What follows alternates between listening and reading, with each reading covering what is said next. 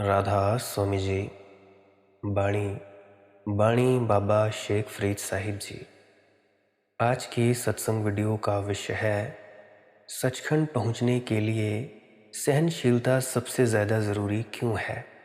दीनता, धीरज और शील को कैसे साधें। क्योंकि प्रश्न पूछा गया है एक मेरे मित्र द्वारा कि संत फरीद साहिब जी ने दीनता, धीरज और शील की बात कही और आपने उनकी व्याख्या करते हुए उन्हें बहुत महत्वपूर्ण बताया। कृपा पूर्वक बताएं कि क्या यह गुण बाहर से सीखे जा सकते हैं, क्या बाहर से साधे जा सकते हैं जिस कारण हम सचखंड में जल्दी पहुंच जाएं। तो कृपया इसके बारे में बताने की चेष्टा करें। तो चलिए इसी विषय के संदर्भ में आज की सत्संग वीडियो आरंभ करते हैं। देखो मेरे मित्र, धर्म को बाहर से सीखने का कोई उपाय नहीं है और जिसने धर्म को बाहर से सीखना चाहा वह धर्म के नाम पर सिर्फ अपने को धोखा देगा। धर्म तो आविर्भूत होता है भीतर से, वह तुम्हारे भीतर के जागरण का परिणाम है। धर्म आचरण नहीं है, भूल कर भी धर्म को आचरण मत समझना। इसका यह अर्थ नहीं कि धर्म से आचरण रूपांतरित नहीं होता। रूपांतरित होता है लेकिन आरोपित नहीं किया जाता। तुम बदलते हो इसलिए तुम्हारा व्यवहार बदल जाता है। तुम नए हो जाते हो इसीलिए तुम्हारे व्यवहार में नई गंध आ जाती है, सुगंध आ जाती है। लेकिन तुम्हारा व्यवहार बदलने से तुम ना बदलोगे।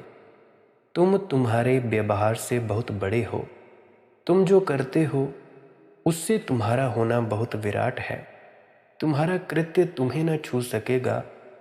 कृत्य तो ऐसा है जैसा वृक्षों पर लगे पत्ते हैं, हजारों हैं। और ध्यान रखना, वृक्ष के पत्तों को तुम रंग डालो, इससे कुछ फर्क ना पड़ेगा। वृक्ष में जब नए पत्ते आएंगे तब फिर से उसी रंग के होंगे जिस रंग के थे। तुम्हारे रंगे पत्ते दिन दो दिन के लिए धोखा दे दें, इससे ज़्यादा काम के नहीं हैं। वृक्ष की जड़ में ही कोई रूपांतरण हो, जड़ से ही बदलाहट हो, तो ही वृक्ष में नए रंग, नए ढंग आ सकते हैं। देखो, जीवन को बदलने के दो उपाय हैं। एक है कि तुम बाहर से जीवन पर रंग रोगन कर लो। नीति यही करती है। इसीलिए नीति के पास तुम धर्म के संबंध में सभी झूठे सिक्के पाओगे। जैसा धर्म कहता है दीनता, अगर भीतर से आएगी तो इस दीनता में कोई भी अहंकार ना होगा। अगर बाहर से रोपोगे तो इस दीनता में अहंकार होगा। बाहर से तुम दीनता को रोपोगे तो तुम दिखलाना चाहोगे कि तुम दीनहीन हो, तुम बड़े विनम्र हो। तुम चाहोगे कि लोग जाने कि तुम दीन हो। तुम जगह जगह उछालते फिरोगे अपनी दीनता को, प्रदर्शन होगा उसका। एक फ़कीर सुकरात को मिलने आया। वह बड़ा दीन फ़कीर था। उसके कपड़े फटे थे और सुकरात से जब वह बात करने लगा तो सुकरात थोड़ा हैरान हुआ, क्योंकि आदमी के कपड़े तो फटे थे लेकिन अहंकार बिल्कुल ताज़ा था, साबुत था। कपड़ों में तो छेद थे, ज़रा जीर्ण थे, ऊपर से तो गरीबी थी, लेकिन भीतर बड़े अहंकार का भाव था। सुकरात ने उससे कहा, महानुभाव, कपड़े फाड़ने से कुछ लाभ ना होगा। तुम्हारे कपड़ों के छेदों से तुम्हारे अहंकार ही झलक रहे हैं और कुछ भी नहीं झलक रहा है। अगर दीनता तुमने ऊपर से थोपी तो तुम्हें दीनता की अकड़ पैदा होगी, लेकिन अगर दीनता भीतर से आई तो तुम्हारे अहंकार को पूरा बहा ले जाएगी। तुम भूल ही जाओगे कि तुम दीन हो। तुम्हें याद ही न रहेगी कि तुम दरिद्र हो। तुम इसकी घोषणा न करते फिरोगे। आखिर कौन घोषणा करेगा? भीतर एक शून्य छा जाता है। तो एक तो शून्य की दीनता है, शून्य से उपजी दरिद्रता है। सचखंड में जाकर जो तुम अनहद नाद का आनंद लेते हो, उसका आनंद लेने से एक दीनता है। परंतु जिसको जीसस ने पूर इन स्पिरिट कहा है, वे जो अपने भीतर से आत्मा से दीन हो गए हैं। और एक तुम्हारे तथाकथित साधु, सन्यासी, मुनियों की दीनता है, विनम्रता है, जो उन्होंने ऊपर से थोप ली है। उनकी आंखों में ज़रा आंख डालकर देखना और तुम वहाँ अहंकार को ही झांकता पाओगे। फरीद जी कहते हैं, धीरज, अंदर से जो धीरज आएगा उस धीरज में परम शांति होगी। कोई तरंग भी ना उठेगी बेचैनी की। बाहर से जो धीरज होगा वह केवल धीरज का आश्वासन होगा। बाहर से जो धीरज होगा वह धीरज कम एक तरह की सांत्वना होगी। तुम कहोगे घबराओ मत, ज़्यादा देर नहीं है, बस अब आने ही आने को हुआ है प्रीतम, अब प्यारा आता ही होगा, थोड़ी धीरज और रख मन, बस अब आने में देर नहीं है। ऐसा तुम समझाओगे तो तुम्हारा धीरज समझावट होगी। तुमने अपने को समझा बुझाकर बिठा लिया है, लेकिन भीतर तो तुम्हारा अधैर्य जगता रहेगा। और तुम्हारे बाहर क्या है ये परमात्मा नहीं देखता, तुम्हारे भीतर क्या है वही कसौटी है। धीरज जिसके भीतर फलित हुआ है वह तो फिक्र ही छोड़ देता है, वह आएगा कि नहीं आएगा समझाता भी नहीं कि अब आता ही होगा। जिसको धीरज भीतर से आया है उसके लिए तो परमात्मा आ ही गया। परमात्मा की तरफ से आना जब होगा होगा, लेकिन भगत की तरफ से तो आना हो ही गया, वह तो उसके धीरज में ही आ गया। अब कुछ और अलग से आने की बात नहीं है। अब न आए अनंत तक तो भी भक्त पीछे लौट कर न देखेगा, अब तक आए नहीं शिकायत ना होगी। और दोनों धीरज में बड़ा फर्क है। एक धीरज दिखावा है, एक धीरज सत्य है। शील सहनशीलता। फ्रीद जी कह रहे हैं शील का अर्थ है पवित्रतम आचरण। तो एक तो पवित्रता होती है जो तुम्हें समाज सिखलाता है, क्या करो क्या ना करो। हर समाज की पवित्रता की धारणाएं अलग हैं। हिंदू किसी बात को पवित्र मानते हैं, मुसलमान किसी और बात को पवित्र मानते हैं, जैन किसी तीसरी बात को पवित्र मानते हैं। अगर तुम जैन घर में पैदा हुए तो तुम्हारी पवित्रता और तुम्हारी सहनशीलता और आचरण मुसलमान से भिन्न होगा, हिंदू से भिन्न होगा, बौद्ध से भिन्न होगा, क्योंकि वह तुमने सीखा है। लेकिन अगर भीतर से शीलता आई तो तुम अचानक पाओगे तुम्हारे आचरण का ना तो हिंदू से, न मुसलमान से, न ईसाई से कुछ लेना देना है। अब तुम्हारे भीतर एक आचरण पैदा हुआ जो तुम्हारा अपना है। शील तुम्हारा होगा तब तब संस्कार ना होगा, तब तुम्हारे अनुबोध से आएगा, तुम्हारी समझ से आएगा। तुम ठीक करोगे क्योंकि तुम्हारे पास ठीक देखने का ढंग होगा। दूसरे लोग कहते हैं क्या ठीक है क्या ठीक नहीं है, इस कारण नहीं, तुम्हें दिखाई पड़ेगा कि क्या ठीक है, इसीलिए तुम ठीक करोगे। सम्यक दृष्टि होगी तुम्हारे पास। इन तीनों गुणों को बाहर से साधने का कोई उपाय नहीं है, भीतर से ही साधा जा सकता है।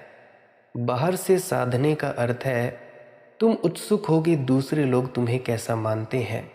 भीतर से साधने का अर्थ है कि तुम उत्सुक हो कि तुम भीतर से कैसे हो, दूसरे से क्या लेना है, क्या प्रयोजन है। दूसरे समझाते हो कि तुम अधैर्यवान हो और तुम अधैर्यवान हो, क्या अंतर पड़ता है, क्या समझाने जाना है उनको, उनसे क्या प्रयोजन। दूसरे समझते हैं तुम आचरणहीन हो, तुम आश्वस्त हो अपने आचरण से, अब तुम किसी को समझाने, दावा करने, प्रमाण देने तो नहीं जाओगे, क्या प्रयोजन है, कौन किसकी समझ पाया है। और जब तुम आचरणवान हो, बात समाप्त हुई। परमात्मा ये नहीं पूछेगा कि दूसरे तुम्हारे संबंध में क्या कहते थे। परमात्मा के सामने जब तुम खड़े होगे तुम्हारा अंतस झलकेगा। कैसे इन्हें भीतर से साधें, प्रश्न है तुम्हारा। बाहर से साधना आसान है, भीतर से साधना बड़ा कठिन है, क्योंकि बाहर से साधने में बदलना तो पड़ता ही नहीं। तुम तो तुम ही रहते हो, ऊपर से थोड़ा सा कपड़ा बदल लेते हो। वो कहते हैं ना, शक्ल तो बड़ी सफ़ेद है, गोरी चिट्टी है, परंतु दिल काले। तुम तो तुम ही रहते हो, तुम्हारी कुरूपता तो कुरूपता ही रहती है, ऊपर से थोड़ा सुगंध छिड़क लेते हो। बाहर से साधना तो बिल्कुल आसान है, वह तो नाटक है, वह तो अभिनय है। भीतर से साधना तो कठिन है, क्योंकि तुम्हें बदलना होगा, इंच इंच बदलाहट करनी होगी, नए को जन्म देना होगा, पुराने को विदा करना होगा, क्रांति होगी, आग से गुजरोगे। भीतर से कैसे साधोगे और क्या आधार होगा भीतर के साधने का, अभी हम जानते हैं। दो आधार हैं, जैसा मैंने तुमसे बाबा फरीद की चर्चा में बार बार कहा। एक आधार प्रेम है और एक आधार ध्यान है। जिसको भीतर से साधना है, या तो वह परमात्मा के गहन प्रेम में पड़ जाए, क्योंकि जब तुम उसे वस्तुतः प्रेम करने लगते हो तो वही प्रेम तुम्हें बदल देगा। तुमने प्रेम किया और तुम बदले, क्योंकि जिसे तुमने प्रेम किया उसे तुम धोखा न दे सकोगे, और जिसे तुमने प्रेम किया, चाहा, पूरे मन से चाहा, तुम उसके लिए अपने को तैयार करोगे। जिसको बुलाया है उसके पात्र भी होना पड़ेगा। निमंत्रण भेजा है तो शील भी निर्मित होगा, लेकिन इसे तुम्हें कुछ करना ना होगा, तुम्हारा प्रेम ही कर लेगा। तो या तो तुम प्रेम में पड़ जाओ अस्तित्व के, तब तुम में फूलों जैसी गंध, सुबह की ओस जैसी ताजगी अपने आप विदा होने लगेगी, और एक अनंत धैर्य तुम में आ जाएगा। क्योंकि उसकी याद भी जब इतना सुख देगी, उसका स्मरण भी जब तुम्हें इतनी पुलक और नृत्य से भर जाएगा, तो उसके मिलने की तो बात ही क्या कहनी। उसके मिलन का ख्याल भर काफ़ी होगा। मिलन तो बहुत दूर हो तो भी कोई अंतर नहीं पड़ता। उससे मिलन होने वाला है, बस इतना काफ़ी है। इससे ही तुम धैर्य से भर जाओगे। तुम्हारे मन की झील पर कोई लहर ना उठेगी, सब लहरें सो जाएंगी। सन्नाटे में चुप होकर तुम उसकी प्रतीक्षा करोगे, मौन होकर प्रतीक्षा करोगे। कहीं बेचैनी में बह जाए और तुम चूक न जाओ। कहीं ऐसा न हो कि तुम विचारों में उलझे रहो, वह द्वार पर दस्तक दे और तुम पहचान ना पाओ। कहीं ऐसा न हो कि वह किसी ऐसे रूप में आए और तुम उसकी प्रतिविज्ञा न कर सको। वह तो आता है 1000 रूपों में, 1000 बहानों से तुम्हारे द्वार पर दस्तक देता है। बहुत बहुत रूपों में तुम्हारे हाथ पकड़ता है, बहुत बहुत रूपों से तुम्हें पुकारता है, बुलाता है, रिझाता है। तुम ही अपने भीतर इतने बेचैन हो और उलझे हो कि तुम्हें ये बातें समझ में नहीं आती। तुम कुछ का कुछ समझ लेते हो। जैसे अभी मैं कुछ कहता हूँ, तुमने वैसा ही नहीं समझा जैसा मैं अभी तुम्हें समझाने की चेष्टा कर रहा हूँ, क्योंकि तुम सुनोगे अपनी बुद्धि से। जब तक इस बुद्धि को न हटाओगे, तब तक वही नहीं समझ पाओगे जैसा मैं तुम्हें समझाना चाहता हूँ। तो जैसे ही तुम उसके प्रेम से भरोगे, परमात्मा के प्रेम से, तुम सन्नाटे से भर जाओगे। तुमने कभी दो प्रेमियों को पास बैठे देखा है? वे चुप हो जाते हैं। बोलना भी बाधा मालूम पड़ती है। बोलने से भी ये जो सन्नाटा दोनों के बीच चल रहा है टूट जाएगा। शब्द उपद्रव करेंगे तो वे चुप हो जाते हैं। एक गहन मौन में उनका मिलन होता है। ये तो साधारण प्रेमियों की बात है, परंतु जब तुम अस्तित्व के प्रेम में पड़ोगे, अपने सद्गुरु के प्रेम में पड़ोगे, परमात्मा के, तब तो तुम बिल्कुल चुप हो जाओगे। उसका प्रेम ही तुम्हें उठा लेगा तुम्हारे गर्त से। उसका प्रेम ही सेतु बन जाएगा, सहारा बन जाएगा। तुम अपनी गहरी अंधेरी खाइयों के बाहर चले आओगे। सूरज की एक तरफ आंख उठाते ही तुम्हारे जीवन की यात्रा प्रकाश की तरफ हो जाती है। तो एक तो मार्ग है प्रेम, एक मार्ग है ध्यान। अगर तुम प्रेम न कर पाओ, तुम कहो किसे प्रेम करें, तुम पूछो कहाँ है वह, पहले पता तो हो तभी तो प्रेम करेंगे परमात्मा से। अगर तुम अज्ञात को प्रेम न कर पाओ, और सब प्रेम अज्ञात का प्रेम है, जब तुम किसी साधारण व्यक्ति के भी प्रेम में पड़ जाते हो, तो तुम जानते हो कौन है वह, पहचानते हो, कुछ पता ठिकाना है। शक्ल सूरत पहचानने से क्या होता है? कौन है भीतर, वहाँ तो अजनबी छिपा है, अज्ञात छिपा है। एक स्त्री के प्रेम में पड़ो, एक पुरुष के प्रेम में पड़ो, एक छोटे बच्चे से लगाव लग जाए, कौन है वहाँ भीतर, पहचाने हो, ठीक ठीक पता कर लिया। प्रेम जैसा गहन संबंध बांधने चले हो, पहचान ठीक से कर ली या नहीं, तो भीतर तो एक अजनबी है। सभी प्रेम अज्ञात का प्रेम है। चाहे तुम सद्गुरु से करो, चाहे तुम किसी भी व्यक्ति से करो, प्रेम अज्ञात की ही घटना है। तो अगर तुम पूछो कि कहाँ है परमात्मा, पहले पता हो, पहले ठीक से जांच परख कर लें। पुलिस में जाकर पुलिस की बही खातों में देख लें कि इस आदमी के संबंध में क्या क्या लिखा है, कोई काले कारनामे तो नहीं है। औरों से पूछ लें जो इसके प्रेम में पड़े हैं कि पढ़कर कुछ पाया है कि गंवाया है। अगर तुमने इतनी होशियारी बरतनी चाहिए तो तुम प्रेम में न पड़ सकोगे। इतना विचार, इतनी कुशलता, इतनी होशियारी, इतनी चालाकी, प्रेम के लिए दरवाज़ा बंद हो जाता है। प्रेम तो निर्दोष मन की प्रार्थना है, वह तो भोलेपन का भाव है। वह तो एक छोटे बच्चे के साथ, जैसे छोटे बच्चा बाप का हाथ पकड़कर चल पड़ता है, बिना फिक्र किए कि बाप कहाँ ले जाएगा, गड्ढे में गिराएगा, क्या करेगा, वैसा ही है। प्रेम तो एक ट्रस्ट है, एक श्रद्धा है। अगर वह ना हो सके तो भजन सिमरन मार्ग है, ध्यान मार्ग है। घबराने की कोई ज़रूरत नहीं। प्रेम ना हो सके तो ज़बरदस्ती करने की कोशिश में मत पड़ना, क्योंकि ज़बरदस्ती प्रेम होता ही नहीं। ना हो तो समझना कि वह द्वार तुम्हारे लिए नहीं है। लेकिन कुछ चिंता की बात नहीं है, और भी एक द्वार है। और ये मेरी प्रतीति है कि जो भी प्रेम में असमर्थ पाता है, ध्यान में एकदम समर्थ है, भजन करने में, सिमरन करने में एकदम समर्थ है। तो जो ध्यान में असमर्थ पाता है, प्रेम में समर्थ है। प्रेम ने तुम्हें कितनी ही दूर भेजा हो, दरवाजे बंद नहीं कर लिए हैं। और तुम कितने ही दूर चले गए हो उसकी तरफ पीठ करके, लेकिन उस तरफ पहुंचने के द्वार सदा ही खुले हैं। हाँ, गलत द्वार पर दस्तक मत देना, अपना द्वार ठीक से पहचान लेना। अगर प्रेम ना कर सको तो ध्यान, भजन, सिमरन। अब देखो, ध्यान का अर्थ क्या होता है। ध्यान का अर्थ है शांत हो जाना अपने में, बिना किसी के सहारे के। मौन हो जाना बिना किसी की मौजूदगी के, अपने में मौन हो जाना, अपने एकांत में ही लीन हो जाना। फिर ना तो किसी की प्रतीक्षा करनी है, इसीलिए धीरज का सवाल नहीं है। प्रतीक्षा ही नहीं करनी तो अधैर्य कहाँ से होगा। कोई आने को ही नहीं है तो अधैर्य कहाँ से होगा।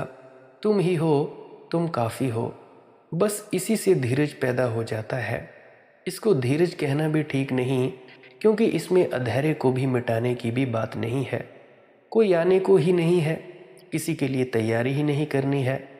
लेकिन तुम जब अपने भीतर उतरते हो तो तुम पाते हो, जितने तुम पवित्र होते हो उतने आनंदित होते चले जाते हो। अब शील परमात्मा को पाने का उपाय नहीं है, अब तो शील भीतर का आनंद है।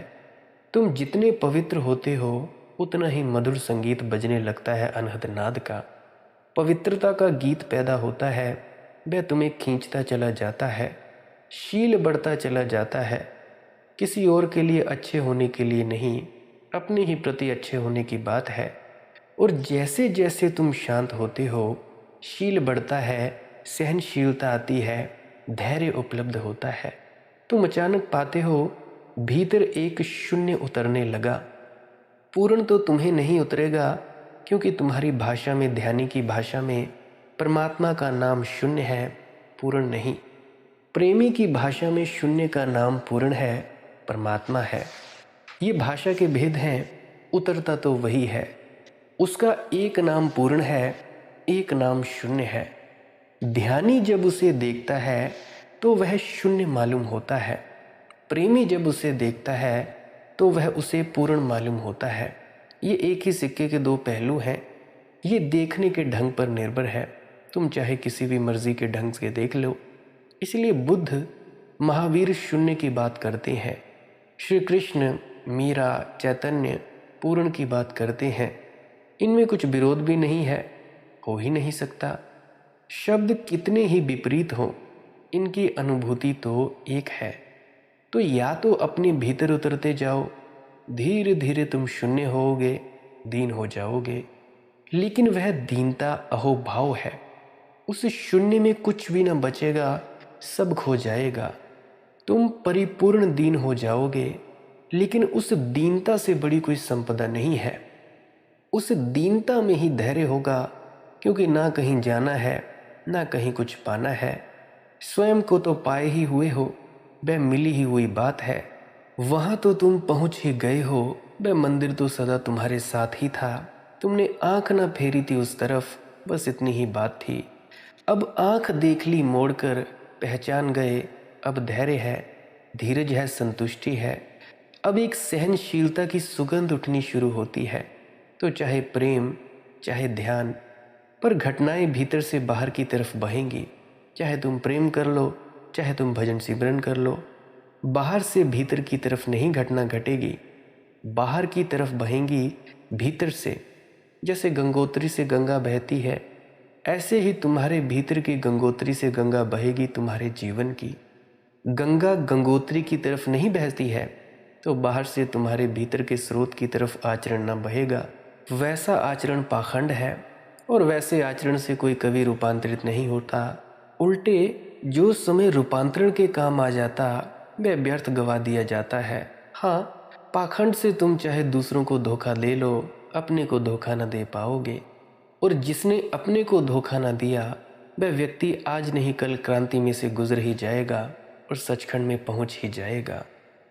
एक और मित्र ने प्रश्न पूछा है कि भाई, एक भगवत्ता है जो प्रकृति के कण कण में, नदी, झरने में, वृक्ष, पक्षी के गीत में बसती है, और एक भगवत्ता है जो किसी मनुष्य के संतत्व के माध्यम से प्रकट होती है। क्या दोनों एक ही हैं या उनके गुण धर्म में कुछ फर्क है? तो कृपया इसके बारे में बताइए। देखो मेरे मित्र, दोनों एक ही है, गुण धर्म में कोई भी फर्क नहीं है, लेकिन अभिव्यक्ति में भेद है। पक्षी गाते हैं, संतों के कंठ से भी एक गीत पैदा होता है, लेकिन पक्षी बेहोशी में गाते हैं। संत का गीत परिपूर्ण होश का है, जागरण का है। पक्षी गाते हैं, उन्हें पता नहीं क्यों गाते हैं। पक्षी गाते हैं, उन्हें ये भी पता नहीं कि वे गाते हैं। संत जब गाते हैं तो उन्हें पता है क्यों गाते हैं, उन्हें पता है कि वे गाते हैं। तो एक तो गीत सोए हुए प्राणों से पैदा हो रहा है और एक गीत जागृत अवस्था में आए हुए व्यक्ति से पैदा हो रहा है। गुण धर्म में तो कोई फर्क नहीं है, क्योंकि गीत एक ही स्रोत से आ रहा है, वह जो चैतन्य की गंगोत्री है वहीं से आ रहा है। लेकिन अभिव्यक्ति में फर्क है। जैसे तुम कभी रात सो गए और तुमने नींद में गुनगुनाया, तुमने एक गीत की कड़ी गाई या प्रार्थना का एक स्वर उठाया। ये हो सकता है कि उसी समय मंदिर में जाकर कोई उसी कड़ी को दोहराता हो। उन कड़ियों में कोई भेद ना होगा। जहाँ से आती है वहाँ से भी कोई भेद नहीं है। तुम नींद में गुनगुनाओ या जागकर, तुम ही गुनगुनाते हो। लेकिन अभिव्यक्ति में फ़र्क है। तुम नींद में गुनगुना रहे हो, तुम्हें पता नहीं तुमने क्या गुनगुनाया, तुम्हें यही पता नहीं कि तुमने गुनगुनाया। सुबह उठकर तुम भूल ही जाओगे। कोई दूसरा तुम्हें याद दिलाएगा तो भी तुम मानोगे नहीं कि ये कैसे हो सकता है कि मैं नींद में गुनगुनाऊं। नहीं, ऐसी ही अफवाह उड़ा दी होगी किसी ने, तो तुम ये कहोगे। लेकिन जिसने जागृत अवस्था में गुनगुनाया, ऐसा समझो कि तुम्हें एक बगीचे में लाया गया, तुम शराब पिए बेहोश थे, फूलों की गंध तुम्हारे नासापुटों को छुएगी, वृक्षों की हरियाली तुम्हारी आंखों को स्पर्श देगी, बगीचे की ठंडक तुम्हारे रोए रोए को शीतल करेगी, पक्षियों के गीत भी तुम्हारे कानों से टकराएंगे। लेकिन तुम्हें कुछ भी पता ना होगा। तुम शराब पिए बेहोश हो, फिर दूसरे दिन तुम होश में आए किसी बगीचे में, किसी के उसी बगीचे में। शराब नहीं पिए थे, भीतर जलता हुआ होश का दिया था। वे ही पक्षी थे, वे ही वृक्ष थे, वही फूल थे, वही आकाश था। लेकिन अब बात ही और है। संत पुरुषों से जो प्रकट होता है वह वही है जो झरनों और पहाड़ों से प्रकट हो रहा है। लेकिन संत पुरुषों में झरने और पहाड़ जाग गए हैं। बुद्ध पुरुषों में, संत पुरुषों में पक्षी और वृक्ष होश से भर गए हैं। पक्षी और वृक्षों में बुद्ध सोए हुए हैं। चट्टान से चट्टान में भी भविष्य का कोई संत पुरुष सोया है। परम संतत्व में भी अतीत की कोई चट्टान जागी है। इसीलिए चट्टान पर भी संभाल कर पैर रखना, पवित्र भूमि है। क्षमा मांगना जब पैर रखो, और चट्टान जब तुम्हें पार करने का मार्ग बने, सीढ़ी बने, तो धन्यवाद देना, क्योंकि कोई संत पुरुष सोया पड़ा है। चट्टानों में और संत पुरुषों में फासला है। फासला गुण का नहीं है, फासला केवल सोने और जागने का है, सिर्फ बेहोशी और जागृत अवस्था का है। एक और प्रश्न पूछा गया है मेरे मित्र द्वारा। कहा गया है कि आपने कहा भक्त ही भगवान हो जाता है, क्या कभी भगवान भी भक्त होता है? तो इसके बारे में बताने की अनुकंपा करें। देखो मेरे मित्र, भगवान तो भक्त हुआ ही हुआ है, अन्यथा भक्त आएगा कहाँ से? तुम भगवान हो, तुम्हें पता ना हो, इससे कोई फर्क नहीं पड़ता। भगवान तो भक्त हुआ ही है, वह घटना तो घटी ही है। उसको घटने की अब कोई और ज़रूरत नहीं है। वह तो प्रतिपल वही घट रहा है, वही घटना घट रही है। अब तो दूसरी घटना को पूरा करना है कि भक्त भगवान हो। भगवान ही है, अनेक अनेक रूपों में, अनंत अनंत अभिव्यक्तियों में। गहरे खोजोगे तो सदा उसी को पाओगे। जैसे हर लहर में खोजोगे तो सागर को पाओगे, ऐसे हर अभिव्यक्ति में खोजोगे तो उसी को पाओगे। जिसको तुम कहते हो ये पाखंडी, चोर, उचक्का, बेविचारी, ये फलाना, ये काम करता है, ये वो काम करता है, उसी में भी वही परमात्मा है। हालांकि लहर तुम्हें वो कुछ अलग सी सुनाई पड़ती है, लहर तुम्हें अलग सी दिखाई पड़ती है, परंतु अंतस में वो वही है जो कोई साधु संत सन्यासी है। भेद सिर्फ इतना सा है कि कुछ जगह परमात्मा कैसी लीला कर रहा है, कुछ जगह परमात्मा कैसी लीला कर रहा है। जीसस ने कहा है, उठाओ पत्थरों को, मुझी को दबा पाओगे। तोड़ो वृक्षों को, मुझी को छिपा पाओगे। वह तो सदा मौजूद ही है। भगवान तो भक्त हो ही गया है। श्रृंखला पूरी हो जाएगी अगर भगवान जैसे भक्त हुआ वैसे भक्त पुनः भगवान हो जाए तो यात्री अपने घर वापस लौट आएगा, तो यात्रा पूरी हो जाएगी। और प्रश्न पूछा है मेरे मित्र ने किसी ने, आज हमें जो सार पूर्ण लगता है वही कल असार हो जाता है। सार और असार के बीच सीमा रेखा कहाँ है? क्या आप संत पुरुषों को सार असार साथ साथ दिखते हैं? देखो मेरे मित्र, जो तुम्हें आज सार लगता है कल असार हो जाता है। कल उसमें तुम्हें कुछ भी दिखाई नहीं पड़ता। जो आज असार लगता है कल सार हो सकता है। क्यों? क्योंकि तुमने जागकर नहीं देखा है। बिना जागृत हुए जो तुम देखते हो वह देखना अधूरा है। अभी तुम फंसे हुए हो अपने विचारों में, अपने दिमाग में चल रहे संसार में ही उलझे हुए हो। तुम बाहर कहाँ क्लैरिटी से देख पाओगे? कहाँ देख पाओगे पक्षियों को वृक्षों पर बैठे हुए गीत गाते? वृक्षों की हरियाली कहाँ देख पाओगे? पतझड़ कैसे देख पाओगे? फूलों से बिखरती हुई सुगंध को कैसे सूंघ पाओगे? क्योंकि तुम अभी बिना जागे देख रहे हो, क्योंकि अभी देखना अधूरा है। तुम देखते कम हो और सोचते ज़्यादा हो। तुम देखते हो गुलाब का फूल और तुम्हारे अंदर विचार उठता है, ये बड़ा सुंदर है, ये बड़ा खुशबूदार है। असली देखना तो तब देखना है जब तुम्हारे देखने में कोई विचार ना उठे। बस गुलाब का फूल का देखना और तुम बचो, बाकी कोई विचार ना उठे। ये भी विचार ना रह जाए कि ये गुलाब का फूल है या इसका ये रंग है या इसमें से ये गंध उठती है। जब भी तुम किसी ऐसे गुलाब के फूल को या किसी भी व्यक्ति या वस्तु को ऐसे देखोगे जैसा वो है, कोई विचार ना उठेगा, तभी तुम समझना अंतस में तुम उतर रहे हो, अंतस में शांति आ रही है। तो मैंने कहा कि बिना जागे जो तुम देखते हो वह देखना तुम्हारा अधूरा है। अंधेरी रात है, तुम एक राह से गुजरते हो, दूर दिखता है कोई चोर छिपा है अंधेरे में। डरते हो, घबराते हो।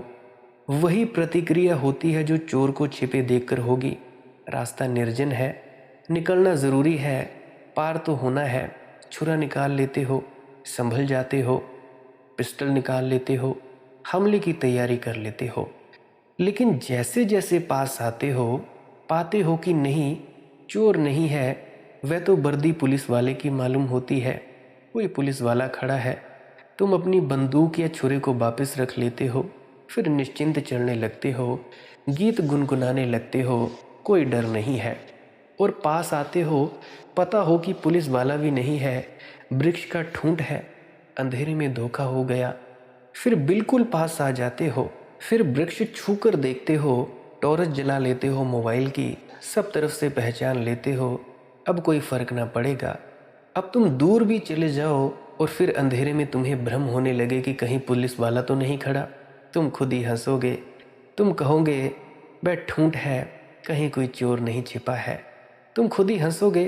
तुम कहोगे वह पुराना ठूंठ है, हमने उसे पास से देख लिया है, वह कुछ भी नहीं है। तो आज जो सार तुम्हें लगती है वस्तु या कुछ भी सार लगता है, कल असार हो जाता है। आज जो असार है कल सार हो जाता है, क्योंकि तुमने दूर से देखा है, बड़े दूर से देखा है। अब ये दूरी क्या है? दूरी है बेहोशी की। तुमने ठीक ठीक आंख खोलकर नहीं देखा, तुमने तंद्रा में देखा है, मूर्छा में देखा है। जिस दिन तुम परिपूर्ण होश से भरकर देखोगे, उसी दिन बात समाप्त हो जाएगी। उस दिन जो जैसा है वैसा ही दिख जाएगा। फिर सार सार ही रहता है, असार असार ही रहता है। इसीलिए हमने इस देश में जो कसौटी बनाई है वह ये है कि जब तुम उस चीज़ को जान लो जो बदलती ना हो, तभी जानना कि सत्य से पहचान हुई। जो बार बार बदल जाती हो वह काम चलाऊ है। इसीलिए मैं तुमसे कहता हूँ, जब भीतर तुम्हें अनहद नाद या शब्द धुन की धुन एक होती हुई दिखाई पड़े, तभी जानना कि सार वस्तु मिली। अन्यथा यह जानना कि यह असार है, काम चलाऊ है। क्योंकि बदल बदल जाएगी, एक ध्वनि से दूसरी में, दूसरी से तीसरी में। जब तक एक ध्वनि नहीं रह जाती, आखिर में एक ध्वनि के वापर तुम टिक नहीं जाते, तब तक समझना कि भाई हमें अभी और चलना है और ज़्यादा भजन सिमरन करना है। इसलिए तुम चकित होगे जानकर कि भारत में हमने ज्ञान के दो विभाजन किए थे। एक को हम कहते हैं विद्या और एक को कहते हैं अविद्या। तुम शायद सोचते होगे कि अविद्या का अर्थ अज्ञान है, तो तुम गलती में हो। अविद्या ज्ञान का एक विभाजन है, अज्ञान नहीं। जिसको आज साइंस कहते हैं, उसको उपनिषदों ने अविद्या कहा है। जिसको आज विज्ञान कहते हैं, उसको अविद्या कहा है, अज्ञान को नहीं। अविद्या ऐसी विद्या है जो स्थिर नहीं है, जो बदलती चली जाती है, जो आज कुछ कल कुछ परसों कुछ वैज्ञानिक दावे से नहीं कह सकता कि मैं जो कह रहा हूँ वह सत्य है। वह इतना ही कहता है, करीब करीब। करीब करीब सत्य का क्या अर्थ होता है? तुम कभी किसी से कहते हो कि मैं तुम्हें करीब करीब प्रेम करता हूँ? भूल कर मत कहना, नहीं तो दूसरा कहेगा आगे रास्ते पर लगो। करीब करीब प्रेम का क्या मतलब होता है? करीब करीब का अर्थ तो हुआ नहीं। तो विज्ञान कहता है, यह जो हम कर रहे हैं, कह रहे हैं, आज तक जो जाना है उसका निचोड़ है। कल यह बदल सकता है। पिछले 200-300 वर्षों में विज्ञान ने जो भी कहा वह हर बार बदलना पड़ा। इधर वैज्ञानिक कह नहीं पाता कि कोई दूसरा वैज्ञानिक उसे गलत सिद्ध करने को तैयार हो जाता है। तब तो विज्ञान कहता है कि कोई निर्णीत सत्य है ही नहीं, सभी सत्य काम चलाऊ हैं। जब तक काम चलता है ठीक है, जब बड़ा सत्य प्रकट होगा तो वे गिर जाएंगे। इस बात को उपनिषदों ने, वेदों ने अविद्या कहा है। अविद्या का अर्थ है अभी सार मालूम नहीं पड़ता है, फिर असार मालूम पड़ने लगता है। और कई बार ऐसा होता है कि वर्षों के बाद वह जो असार सिद्ध हो गया था फिर से सार हो जाता है। तुम्हारा मन ही डावाडोल है, तुम्हारा मन चंचल है। उस चंचल मन के माध्यम से तुम जो देखते हो वह सब डावाडोल है, कंपता हुआ है। उस कंपते हुए में तुम सत्य को ना पा सकोगे। तो फिर सवाल ये पैदा हुआ कि सत्य को कैसे पाओगे? सत्य को पाने की सवाल वस्तु से नहीं है, ऑब्जेक्ट से नहीं है, विषय से नहीं है। सत्य को पाने का संबंध तुम्हारे भीतर के अहिर्निश जागरण से है, जागृत अवस्था से है। तुम्हारी चेतना की लौ ना कंपे, तुम्हारी चेतना की लौ निष्कंप हो जाए, जैसे कोई हवा का झोंका ना आता हो, द्वार दरवाजे बंद हों और दिए की लौ अकंप जलती हो, उसको गीता ने स्थिति प्रज्ञ की अवस्था कहा है, जहाँ प्रज्ञा की ज्योति स्थिर हो गई हो। उस स्थिर दशा में कोई भी चीज़ कंपती नहीं है। उस स्थिर दशा में तुम जो जानते हो वह विद्या है। फिर तुम जैसा जानते हो वैसा ही है। फिर वह सदा सदा के लिए वैसा है, फिर चिरकाल के लिए वैसा है। इसीलिए महावीर को, बुद्ध को हमने सिर्फ ज्ञानी नहीं कहा है, क्योंकि ज्ञानी तो कई बार बदलते देखे जाते हैं। आज कुछ कहते हैं, कल कुछ कहते हैं। हमने उनको त्रिकालदर्शी कहा है। ये सोचने जैसा है। त्रिकालज्ञ कहा है। इसका अर्थ है कि वे जो जानते हैं वह तीनों कालों में सत्य है, अतीत में, वर्तमान में, भविष्य में। किसी काल में असत्य नहीं होगा। उन्होंने जो कहा है बस ऐसा ही सदा काल में सदा सदा सत्य होगा। तो जिसकी प्रज्ञा स्थिर हो गई वह त्रिकालज्ञ है। जिसका विवेक जग गया वह त्रिकालज्ञ है।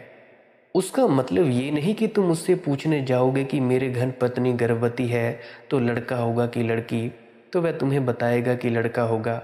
नहीं नहीं, त्रिकालज्ञ का मतलब तुम ये मत समझ लेना। तुम तो जीवन की गहरी से गहरी खोज को बाजार में खींच लाते हो। तुम ये मत पूछने चले जाना कि नंबर लगा रहे हैं घोड़े पर, कौन सा घोड़ा आएगा, कि लॉटरी की टिकट खरीद रहे हैं, अब बता ही दो कि त्रिकालज्ञ हो तो नंबर बता दो वही खरीद लें, क्यों झंझट में पड़े। त्रिकालज्ञ का अर्थ ये नहीं होता कि वह तुम्हें अतीत और भविष्य बताएगा। तो त्रिकालज्ञ का अर्थ क्या होता है? त्रिकालज्ञ का अर्थ होता है कि उसने जो भी जाना है वह तीनों कालों में सत्य है, वह बदलता नहीं है। इस फर्क को ठीक से समझ लेना, नहीं तो जैनियों ने महावीर की फजीहत करवा डाली है। वे कहते हैं त्रिकालज्ञ, तो फिर महावीर ने जो जो कहा है वह भविष्यवाणी है। अगर वैसा न हो तो मुसीबत, क्योंकि उससे महावीर का त्रिकालज्ञ होना संदिग्ध होता है। त्रिकालज्ञ का कुल अर्थ इतना ही है कि महावीर ने जो भी कहा है, जो भी उन्होंने अपने परम ज्ञान के प्रकाश में जाना है, वह किसी काल में भी बाधित न होगा, वह हर समय सत्य होगा। इसका कोई संबंध इस आपाधापी के संसार से नहीं है। इसका कोई संबंध इतिहास रोजमर्रा की घटनाओं से नहीं है। इसका संबंध जीवन के निगूढ़तम सत्यों से है। फिर जो सार है वह सार है, और जो असार है वह असार है। और ठीक पूछा है, ज्ञानी को जागृत पुरुष को दोनों साथ साथ दिखाई पड़ते हैं? अलग अलग नहीं दिखाई पड़ते, दोनों साथ साथ दिखाई पड़ते हैं। जब प्रज्ञावान व्यक्ति देखता है कि संसार झूठ, उसी क्षण देखता है युगपत परमात्मा सत्य। ये दो बातें नहीं है कि पहले वह देखता है कि संसार झूठ माया, और फिर वर्षों की खोज के बाद पाता है कि परमात्मा सत्य है। नहीं, जब देखता है संसार असत्य, उसी का दूसरा पहलू है परमात्मा सत्य। एक ही सिक्के के दो पहलू हैं। तुम जब देखते हो परमात्मा नहीं दिखाई पड़ता, उसका अर्थ है कि तुम्हें संसार दिखाई पड़ता है। परमात्मा जब तक असत्य है, संसार सत्य है। जब तक संसार असत्य है, तब तक परमात्मा असत्य है। और अज्ञानियों ने भी बड़े अजीब अजीब प्रश्न ज्ञानियों से पूछे हैं। जैसे शंकर के पास लोग पहुंच जाते हैं, वे कहते हैं ठीक है, तुम कहते हो संसार माया ब्रह्म सत्य, हम तुझसे पूछते हैं दोनों का संबंध क्या। प्रश्न बिल्कुल ठीक मालूम पड़ता है, और प्रश्न बिल्कुल गलत है, क्योंकि दो तो दिखाई ही नहीं पड़ते शंकर को। जब संसार माया दिखाई पड़ता है तभी तो परमात्मा सत्य दिखाई पड़ता है। ये एक ही बात के दो पहलू हैं, ये दो चीज़ें नहीं हैं। ऐसे समझो कि एक रस्सी पड़ी है और तुमने अंधेरे में समझा कि सांप है, फिर तुम पास आए, तुमने टॉर्च जलाई, देखा कि रस्सी है, तो जो सांप तुमने देखा था माया हो गया, असार हो गया, असत्य हो गया, और जो रस्सी अब तक ना देखी थी वह सत्य हो गई। अब तुमसे कोई ये पूछे कि जो सांप तुमने पहले देखा था और रस्सी तुम जो देख रहे हो, इन दोनों में संबंध क्या है, तो तुम क्या कहोगे? तुम कोई संबंध बता सकोगे? तुम कहोगे पागल हो, दो हो तो संबंध हो सकता है, दो है कहाँ? जब तक मैंने सांप देखा तब तक रस्सी नहीं देखी थी, तब भी एक था। जब मैंने रस्सी देखी तब सांप नहीं दिखाई पड़ा, तब भी एक ही रहा। अब दोनों के बीच तुम संबंध पूछते हो? दो साथ हों तो संबंधित हो सकते हैं, एक ही दिखाई पड़ता है। जिनको संसार दिखाई पड़ता है उन्हें ब्रह्म दिखाई नहीं पड़ता, जिन्हें ब्रह्म दिखाई पड़ता है उन्हें संसार दिखाई नहीं पड़ता। तुम्हें जो दिखाई पड़ता है उसमें और मुझे जो दिखाई पड़ता है उसमें क्या संबंध है? कोई संबंध नहीं है। वह तुम्हारा देखना है, यह मेरा देखना है। मैंने जो अज्ञान में देखा उसमें और मैंने जो ज्ञान में देखा उसमें क्या संबंध है? वे दोनों एक साथ तो कभी आते ही नहीं, संबंध हो ही नहीं सकता। इसलिए शंकर उत्तर देने की कोशिश भी करते हैं तो भी उत्तर जम नहीं पाता, और लोग पूछे चले जाते हैं तो उत्तर देना पड़ता है।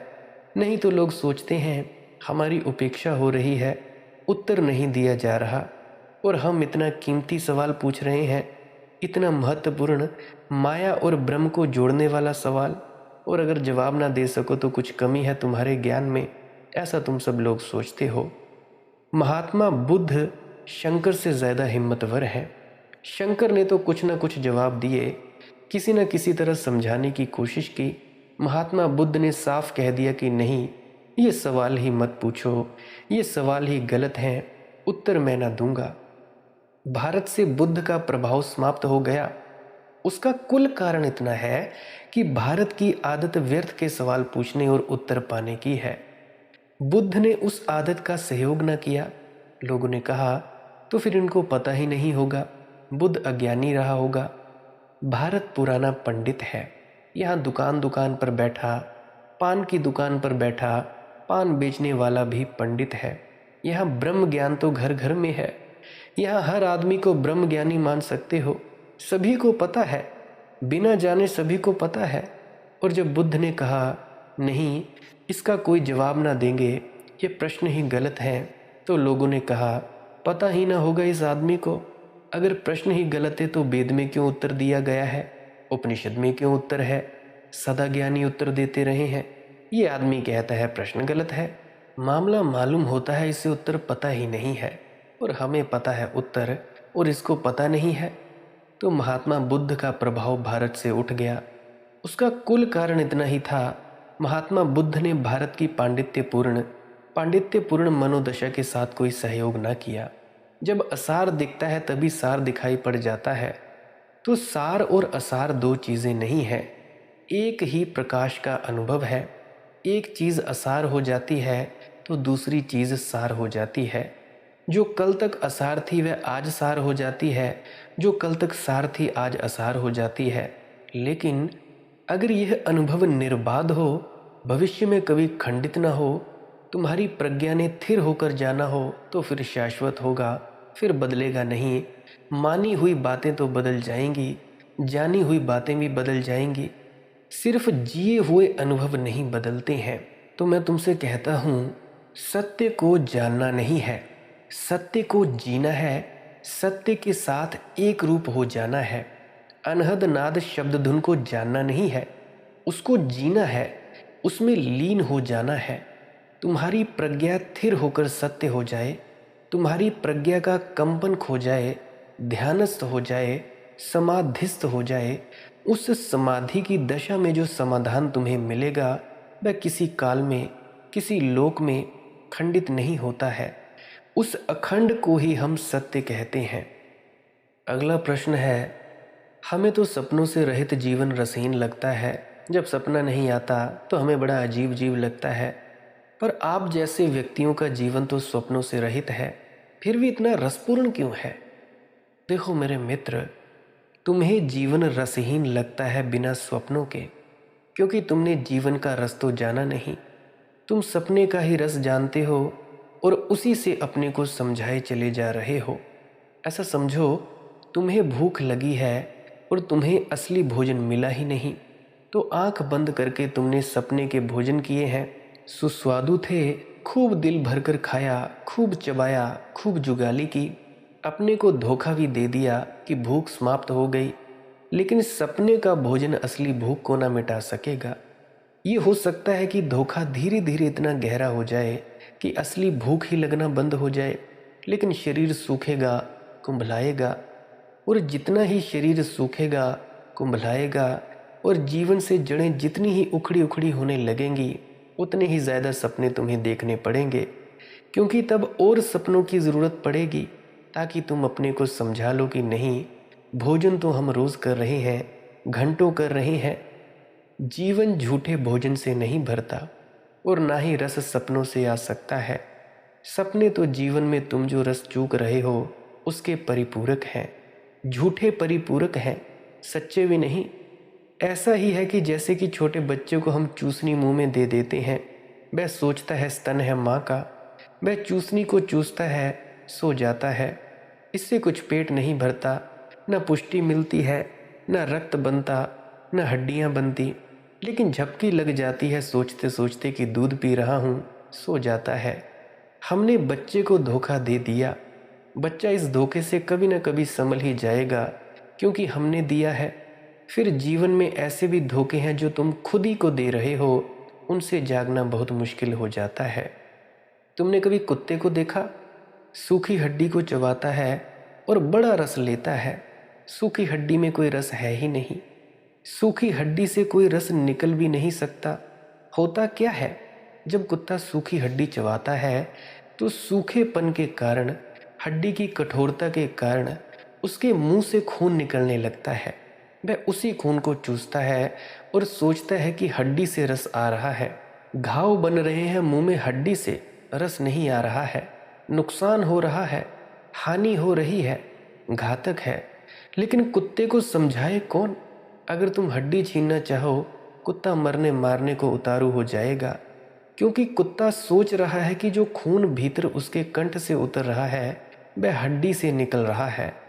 तो दूसरों के धोखे तो तोड़ देना आसान है, तुम खुद ही को अपने को धोखा दो तो बहुत मुश्किल है। जिनको तुम पागल कहते हो वे कौन है? वे तुम्हारे जैसे ही लोग हैं, जिन्होंने सपना इतना देखा कि धीरे धीरे सपना ही सच हो गया और जिंदगी पूरी झूठ हो गई। सपने में इस बुरी तरह खोए हैं कि अब तुम उनको उस सपने के बाहर खींच कर नहीं ला सकते, तुम उन्हें जगा नहीं सकते। लेकिन तुम जानते हो कि पागल कितने ही मस्त दिखाई पड़े, उनकी मस्ती झूठी है। इलाज की ज़रूरत है। पागलों के जीवन में कितना ही रस दिखाई पड़े, तुम जानते हो तुम इस रस को पागल होकर लेने को राजी ना होगे। पागल खानों में जाओ, तुम पागलों को साधारण लोगों से ज़्यादा मस्त पाओगे। कारण क्या है? क्या उनको कोई मस्ती उपलब्ध हो गई है? नहीं, वे सपनों में इतने खो गए हैं कि अब जिंदगी के यथार्थ उनको चौंकाते भी नहीं। वे अपने सपनों में ही रहते हैं। किसी का प्रेम इजिप्ट की रानी क्लियोपैट्रा से है। क्लियोपैट्रा को मरे हुए हजारों साल हो गए, लेकिन पागल खानों में कोई उसका प्रेमी है क्लियोपैट्रा का। वह क्लियोपैट्रा के साथ अपने सपनों में रह रहा है। वह उसी के साथ उठता है, बैठता है, बात करता है। वह क्लियोपैट्रा के साथ ही जी रहा है। तुम सब हंसोगे, लेकिन वह प्रसन्न है। उसका जीवन बड़ा रसपूर्ण मालूम होगा। तुम्हारे सपनों का रस भी ऐसा ही है। तुम बिना सपने के नहीं रह पाते, क्योंकि तुम्हारी जिंदगी में कुछ खालीपन है जो तुम सपनों से भरते हो। और ध्यान रखना, ऐसे अगर तुम अपने को धोखा देते गए और झूठी चूसनी ही चूसते रहे और झूठे भोजनों में ही रस लेते रहे और कल्पना के ताने बाने बुनते रहे, तो धीरे धीरे तुम्हारा यथार्थ से सारा संबंध टूट जाएगा। तब जागना बहुत मुश्किल होगा। संत पुरुषों के जीवन में जो रस दिखाई पड़ता है वह सपनों का नहीं है, वह वास्तविक जीवन का है। दुनिया में दो तरह के लोग मस्त दिखाई पड़ते हैं, या तो संत पुरुष या पागल, या तो विक्षिप्त या विमुक्त। इसीलिए कई बार तो संत पुरुषों को भी लोगों ने पागल समझ लिया है, या तो विक्षिप्त या विमुक्त। इसीलिए कई बार तो संत पुरुषों को भी लोगों ने पागल समझ लिया है, क्योंकि उनमें एक बात समान दिखाई पड़ती है। और कई बार ऐसा भी हुआ है कि पागलों को संत पुरुष समझ लिया है, क्योंकि उनमें भी समानता मालूम पड़ती है। पूर्व में ऐसा बहुत बार हुआ कि पागलों को लोगों ने परमहंस समझ लिया, क्योंकि मस्ती तो उनकी ऐसी ही लगती है जैसे संत पुरुषों की है, और हमारे पास नापने मापने का कोई उपाय नहीं। और पश्चिम में ऐसा आज भी हो रहा है कि बहुत से ऐसे पुरुष जो पागल नहीं हैं, सिर्फ मस्त हैं, अपनी मस्ती में पागल खानों में पड़े हैं। क्योंकि पश्चिम कहता है और तो कोई कारण नहीं, सिर्फ पागल।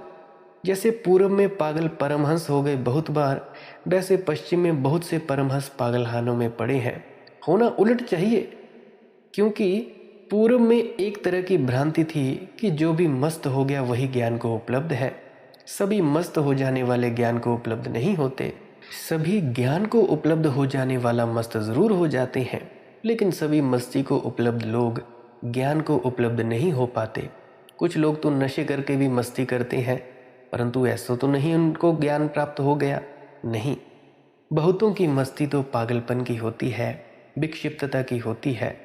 तो दो तरह से रस संभव है, या तो तुम पागल हो जाओ, या तुम जाग जाओ, या तो तुम मन में इस भांति खो जाओ कि बाहर निकलने की जगह ही ना रह जाए।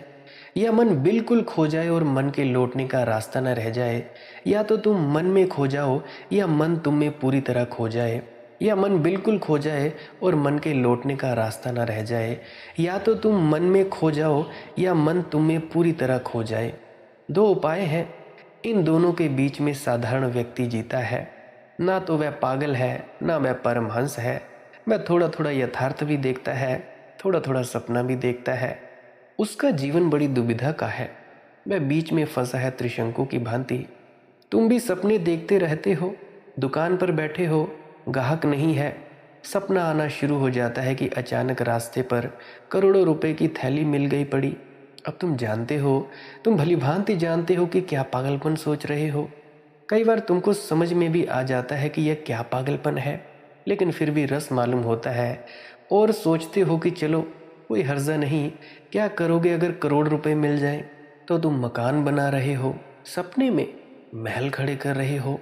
फिर भी तुम्हारे भीतर कोई कहे चला जाता है कि कर रहे हो, क्यों समय खराब कर रहे हो, क्यों व्यर्थ की बातों में पड़े हो। लेकिन फिर भी रस आता है, हड्डी से अपने ही मुंह का खून बहने लगता है। सपना झूठा है, ये जानते हुए भी तुम्हारे जीवन में सच्चा भोजन इतना कम है कि झूठे भोजन में भी रस आने लगता है। तुम उसी रस में डूबने लगते हो। मैं जानता हूँ तुम्हारा प्रश्न ठीक है कि हमें तो सपनों से रहित जीवन रसहीन लगता है। लगेगा ही, क्योंकि तुम्हें असली रस से कोई परिचय नहीं है और आप जैसे बुद्ध पुरुषों का जीवन सपनों से रहित है। फिर भी इतना रसपूर्ण क्यों है? क्योंकि रस का पता है, और जितना जल्दी जाग सको सपनों से, चाहे जागने में कितनी ही रसहीनता पैदा हो, उसे झेलना पड़ेगा। वह तपस्या है, वही साधना है। झूठे सपनों को तोड़ना ही पड़ेगा। चाहे टूटकर तुम अचानक पाओ कि महल है नहीं, झोंपड़े में बैठे हैं, महल केवल सपने में था। शायद सपना टूटकर तुम पाओ कि सामने पत्थर कंकड़ों के ढेर लगे हैं, ये हीरे जवाहरात नहीं है। लेकिन इस यथार्थ से परिचित होना पड़ेगा, क्योंकि यथार्थ से परिचित होकर ही कोई महायथार्थ की तरफ जा सकता है। अगर ये कंकड़ पत्थर हैं तो छोड़ो, हीरों की खोज में निकलो। लेकिन जो आदमी कंकड़ पत्थरों का सपना देख रहा है कि हीरे हैं, वह तो कभी हीरों की खोज में न जाएगा। उसे तो हीरे मिले ही हुए हैं, पीड़ा होगी। इसीलिए पागलपन से परमहंस की तरफ जाने में, स्वप्न से सत्य की तरफ जाने में एक संक्रमण का काल है। जब बड़ी पीड़ा होगी, जो जो था वह छूटता मालूम पड़ेगा। जो जो मान रखा था कि मिला ही है, अचानक जानना होगा कि कभी मिला न था। अपने को धोखा दे रहे थे, हाथ थोड़ी देर के लिए बिल्कुल खाली हो जाएंगे, बड़ी रिक्तता पकड़ेगी। ध्यान रखना, रिक्तता और शून्यता में यही फर्क है। रिक्तता का अर्थ है जो था नहीं, मान रखा था, वह खो गया, तो रिक्तता, एम्प्टीनेस। और जब कोई इस रिक्तता में रहने को राजी हो जाता है, तो धीरे धीरे उसका अवतरण होता है, जो है, जो सदा ही छिपा था और हम व्यर्थ में उलझे रहे, इसीलिए उसकी तरफ नजर ना गई। अब उसका अवतरण होता हो रहा है, उसका नाम शून्यता है। तो शून्यता और रिक्तता में बड़ा फर्क है। रिक्तता है सपनों का टूट जाना, शून्यता है सत्य का उतर जाना। रस तो सत्य में है, रसो वैसह, रस तो बस उसी में ही है। और किसी रस में अपने को मत उलझाना। और तुम जानते हो भली भांति, क्योंकि कितना ही धोखा दो, कैसे धोखा दे पाओगे। तुम जानते हो कि रस का दिखावा कर रहे हो कि मिल रहा है, लेकिन मिल नहीं रहा। अन्यथा तुम्हारे चेहरे इतने उदास क्यों हैं? कोशिश करते हो हंसने की, मुस्कुराने की, लेकिन कंठ में कुछ अटक जाता है। लगता है व्यर्थ ही हंस रहे हो, हंसने योग्य कुछ नहीं है। शायद इसलिए हंस रहे हो, कहीं रोने न लगो, कहीं आंसू न आ जाएं। शायद आंसुओं को छिपा रहे हो मुस्कुराहटों में। ये धोखे बंद करो। ये खेल किससे खेल रहे हो? ये खेल अपने से ही चल रहा है और आत्मघाती है, सुसाइडल है। इस खेल को छोड़ो, तोड़ो, इससे बाहर आओ। कितनी ही पीड़ा हो, बाहर आना ही होगा, क्योंकि तभी आनंद के द्वार खुल सकते हैं। भजन सिमरन करना ही होगा। भजन सिमरन है क्या? सिमरन है कुछ शब्दों का जाप करना, जो आपके सदगुरु द्वारा दिए जाते हैं। चुपचाप मौन होकर चौकड़ी मारकर या जिस भी आसन में तुम्हें बढ़िया लगे बैठ जाओ। आंख बंद करो और दोनों आंखों के मध्य में देखते रहो अंधेरे की तरफ और अपना सिमरन चालू कर दो। जब भी मन बाहर की तरफ दौड़े सिमरन चालू करना है। सिमरन से तुम्हारा मन सिमरन करने में लगा रहेगा और तुम्हारी चेतना ऊपर की तरफ उठनी शुरू हो जाएगी। कुछ देर बाद तुम्हें या तो धुन सुनाई देगी या तो हल्का हल्का प्रकाश दिखाई देगा, बैंगनी रंग का या येलोइश रंग का, जैसे सूरज की किरणें होती हैं, हल्का हल्का या बिल्कुल सफ़ेद रंग का प्रकाश दिखाई देगा। धीरे धीरे ऐसे होगा। अगर ना भी दिखाई दे तब भी कोई चिंता नहीं है। सिमरन के शब्दों का दोहराव करते जाना है, इसमें भी बहुत ज़्यादा ताकत है। जब आपके सिमरन के शब्दों का जपने का वक्त पूरा हो जाए 1.5-2 घंटे, उसके बाद में फिर धुन सुनने को बैठना है। धुन कैसे सुननी है? धुन सुनते वक्त ध्यान दोनों आंखों के मध्य में सिमरन के शब्दों का जाप रोक देना है और दाएं कान से सन्नाटे को सुनते जाना है। सुनते जाएं इस झिंगुर की आवाज़ को, सुनते जाएं और उसमें लीन हो जाएं। फिर कुछ नहीं सोचना है कि हमें कुछ हो रहा है या नहीं हो रहा है। धीरे धीरे आपकी तरक्की होती जाएगी। आपको नहीं पता होगा परंतु आप जी की तरक्की हो ही रही होगी। यह है भजन सिमरन। ध्यान रहे, भजन के वक्त ना तो सिमरन के शब्दों का जाप और ना ही सदगुरु का ध्यान करना है, सिर्फ अंधेरे की तरफ या रोशनी की तरफ। यह है भजन सिमरन। गुरु प्यारी साध संगत जी, आज का सत्संग यही समाप्त होता है। अगर किसी मित्र या परिजन का कोई प्रश्न हो तो मेरी विनती है पुराने सत्संग वीडियोस को अवश्य सुना करें, क्या पता आपके प्रश्नों के जवाब मिल जाएं।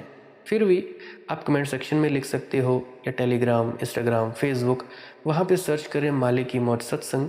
वहाँ पे भी आप जी अपने प्रश्न का जवाब ले सकते हैं।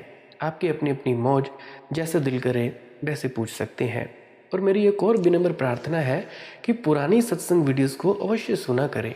मैंने बहुत से प्रश्नों का तकरीबन 98% प्रश्नों का जवाब दे चुका हूँ, बस अंदर के प्रश्नों को छोड़कर, क्योंकि अंदर के प्रश्न कोई पूछता नहीं। कोई जाए तो पूछे।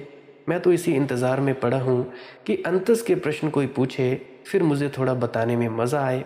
अभी तुम बाहर ही बाहर घूम रहे हो, किसी का भजन नहीं बनता, किसी का सिमरन में ध्यान नहीं लगता, किसी के घुटनों में दर्द होता है। अरे भाई, ये तो बच्चों की चीज़ें हैं। कोई भी आगे नहीं बढ़ा क्या? या मुझे ऐसा लगता है कि जो व्यक्ति शब्द धुन का आनंद लेते हैं वो सत्संग सुनने में भी रस नहीं लेते। मुझे ऐसा लगता है। बाकी इतना ज्ञानी तो मैं हूँ नहीं। आप अपनी जानते हैं, ये तो मालिक ही जाने या मेरा सदगुरु जाने, बाबा गुरिंदर सिंह जी, वही जाने क्या सत्य है क्या सत्य नहीं है। मुझे तो कुछ पता नहीं, मैं तो निपट अज्ञानी है। तो प्यारी साध संगत जी, पुरानी सत्संग वीडियोज़ अवश्य सुना करें। अगर आप जी को इस वीडियो से कुछ भी सीखने को मिला है तो आप जी इस वीडियो को लाइक अवश्य करें और कमेंट सेक्शन में राधा स्वामी अवश्य लिखें। अगर नहीं सीखने को मिला है तो डिसलाइक अवश्य करें। सब्सक्राइब कर सकते हैं इस चैनल को अगर रोज़ाना नए नए सत्संग सुनना चाहते हैं। सत्संग का वक्त रहता है सुबह 6 बजे से लेकर 7 बजे तक। अगर कभी सुबह ना डले तो शाम के 6 बजे तक का इंतज़ार ज़रूर करें। अगर तब भी ना डले तो प्रार्थना है पुरानी सत्संग वीडियोज़ को अवश्य सुने। नहीं तो आप जी रोज़ सर्च कर लिया करें माले की मौज सत्संग। अगर नहीं सब्सक्राइब करना चाहते हैं तो नया डल जाए तो ठीक है, ना डले तो पुरानों को ही सुने। आप इन सत्संग वीडियोस का उपयोग ध्यान में उतरने के लिए कर सकते हो, या अपने प्रश्नों के जवाब लेने के लिए कर सकते हो, या आप जैसा मर्जी प्रयोग करना चाहें कर सकते हो। आपकी अपनी अपनी मौज, आपकी अपनी अपनी इच्छा, आपका अपना अपना आनंद। आप मुझे इतने अंत तक सुनते हो, इसके लिए बहुत बहुत शुक्रिया, बहुत बहुत धन्यवाद। सभी से प्रेम प्यार करते रहें, नफ़रत ना फैलाएं। किसी से नफ़रत करने की कोई ज़रूरत नहीं है। हर व्यक्ति में परमात्मा है। एक नूर ते सब जग उपजा, कौन पले को मंदे। तो सभी उसी के जीव हैं। अंत में आपके भीतर बैठे परमात्मा को प्रणाम करता हूँ। मेरा प्रणाम स्वीकार करें। राधा स्वामी जी।